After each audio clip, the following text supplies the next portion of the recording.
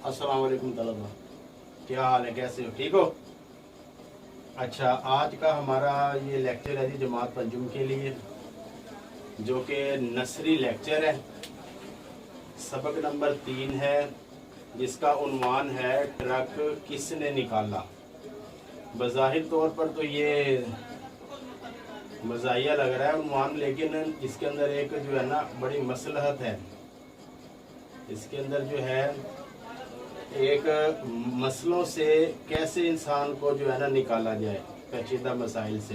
ये बहुत अच्छी कहानी है, नसीहत मोज़ कहानी है। तो इसके बारे में भी आपको बताता हूँ। पहले इसके जो है ना जी मुश्किल अल्फाज वो कर लेते हैं। चिपक, चिपक जाना, जुड़ जाना, तजवीज़, मशवरा, माजरत, ये ज़े का नुक्ता नहीं आया, माजरत, मुआफ़ी मांगना, हुजूम, इज़्तिहाम भी कहते हैं इसको। हुजूम का मतलब होता है रश, भीड़, ज़िहानत, अक्लमंदी। ये तो इसके अंदर जो जी ख़ास अल्फाज से जो हैं, लेकिन ये ग्रामर का हिस्सा ये हम बाद में पढ़ेंगे। पहले सबक है जी ट्रक किसने निकाला। ये एक ऐसा सबक है, ये एक तरफ तो है जी आबादी और दूसरी तरफ है बाजार। उसके दरमियान से एक सड़क है, दरमियान में उस सड़क के ऊपर एक पुल बना हुआ है। वो जो पुल है वो रेल गाड़ी की उसके ऊपर पटरी है, वो उसके लिए इस्तेमाल होता है। नीचे आमदोरफ्त के लिए ना गाड़ियां चलती हैं। चूँकि ट्रैफिक ज़्यादा होने की वजह से बड़ा मसरूफ़ रहता है वो रोड। वहाँ पर एक मरतबा ऐसा हुआ कि उस पुल के नीचे से एक ट्रक गुजर रहा था। वो ट्रक जो है पुल के नीचे से जब गुजर रहा था तो वो पुल के अंदर जो है ना फंस गया। फंसने से मुराद ये है कि उसकी जो है ना ट्रक का ऊपर वाला हिस्सा वो पुल के दीवार के साथ जो वो लेंटर सा डला होता है उसके साथ जो है ना वो लग गया। अब ट्रक वाला बड़ा जोर लगा रहा था कि किसी न किसी तरीके से ट्रक बाहर निकल जाए, लेकिन वो ट्रक फंस चुका था। तो लोग पीछे से आ रहे थे, गाड़ियां हारन दे रही थी, उनको भी जाने के लिए रास्ता चाहिए था। तो तमाम लोग अपनी अपनी गाड़ियों से बाहर आ गए, ट्रक वाले को बुरा भला कहने लगे। अब बात ये थी कि इस ट्रक को निकाला कैसे जाए, असल जो बात थी। तो वहाँ पे पुलिस वाले भी आ गए, हुकूमती एहलकार भी आ गए। किसी ने ये कहा कि पुल की दीवार को ऊपर से जो है तोड़ दिया जाए, तोड़ने से फिर ट्रक जो है ना बआसानी निकल जाएगा। किसी ने ये कहा कि ट्रक का ऊपर वाला हिस्सा काट दिया जाए तो निकल जाएगा। लेकिन बात यहाँ पर आन पड़ी कि हुकूमती एहलकार पुल तोड़ने पर, यानी कि पुल का थोड़ा सा हिस्सा तोड़ने पर भी रजामंद ना थे, और ट्रक वाला अपना ट्रक का नुकसान भी नहीं करना चाहता था। जब ये दोनों फरीक अपना अपना नुकसान करना नहीं चाहते थे तो फिर ये ट्रक को निकाला कैसे जाए। ये सारा माजरा जो है, एक तालिब इल्म बस में अपने बैठा हुआ जो स्कूल के लिए तैयार था जाने के लिए, रास्ते में खड़ी हो गई बस। वो सारा मामला देख रहा था, माजरा देख रहा था।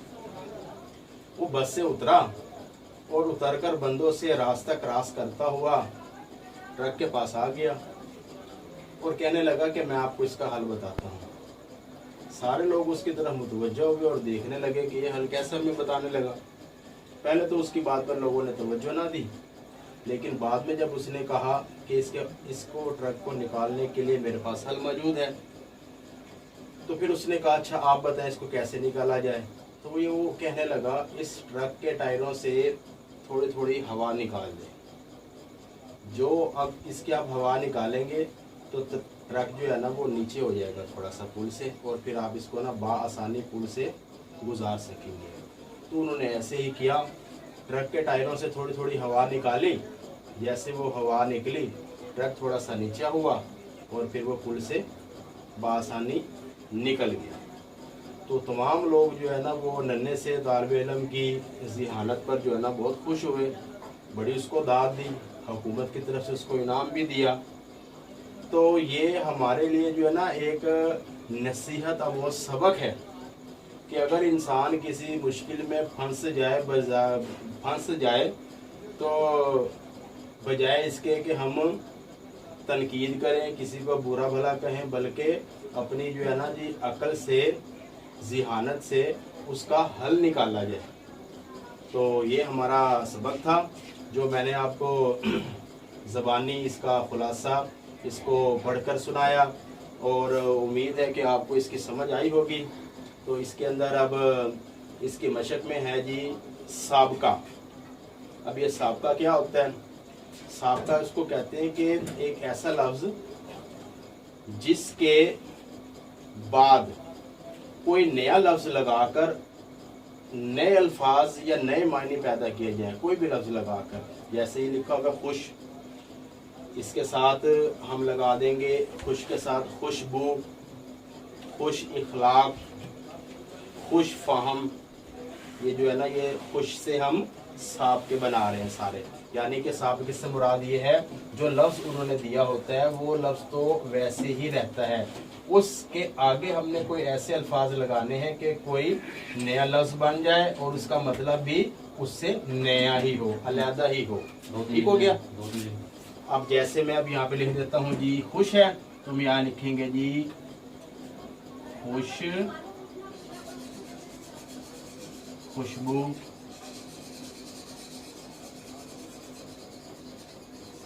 खुशफहम, अंडरलाइन कर, खुश इखलाक,